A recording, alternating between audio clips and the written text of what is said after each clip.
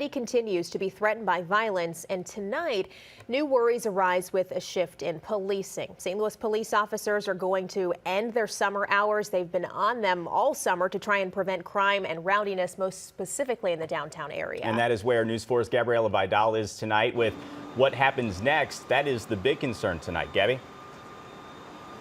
Yeah, then I'm actually in the downtown West neighborhood, right by Eli Walker Lofts, and while it was not mentioned during today's public safety briefing, one resident who lives here tells me that there was another illegal party that broke out here overnight where 10 cop cars showed up to address the situation. And while they've installed things like these cameras here in the downtown West area, he tells me that he still feels like it's not enough, especially now that we're going to see a reduction in hours for some of the officers downtown. Honestly, it's not the number of hours worked, it's the work put into the hours. Matthew Spencer lives at Eli Walker Lofts in the downtown West neighborhood, which has been the target of criminal activity throughout the summer, among other areas. I haven't seen a lot of repercussions when it comes down to like all the delinquent behavior in our building.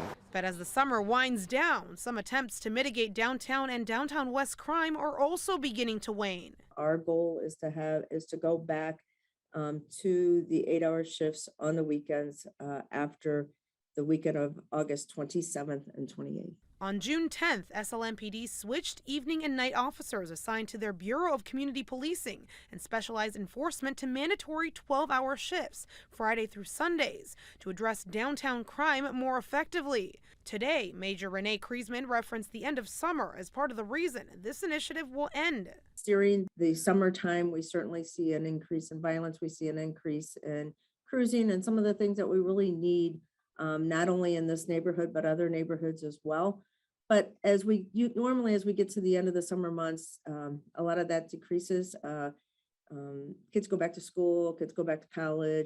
So it's a good time to really let the officers who, have worked hard this whole summer, they've worked really hard to keep people safe, and give them a little break as well. Some residents like Spencer tell me they think it's premature to reduce weekend shifts. You should let the statistics kind of dictate that the hours required, because if we're still seeing crime, that should be the indicator that you should probably stay on 12-hour shifts. News 4 looked at SLMPD's crime data for June and July.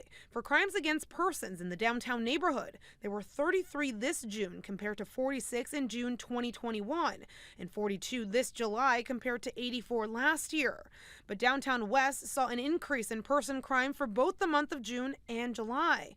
33 this year compared to 21 in 2021, and 39 this July compared to 36 last year. But Spencer says it's more than just manpower on the weekends that is needed to turn the tide on future downtown crime. Arrests. If you've got a criminal activity in progress, there should be an arrest and some kind of a consequence associated with that, because if the criminals aren't afraid of anything because they have no consequence, then you won't have a decrease in criminal activity.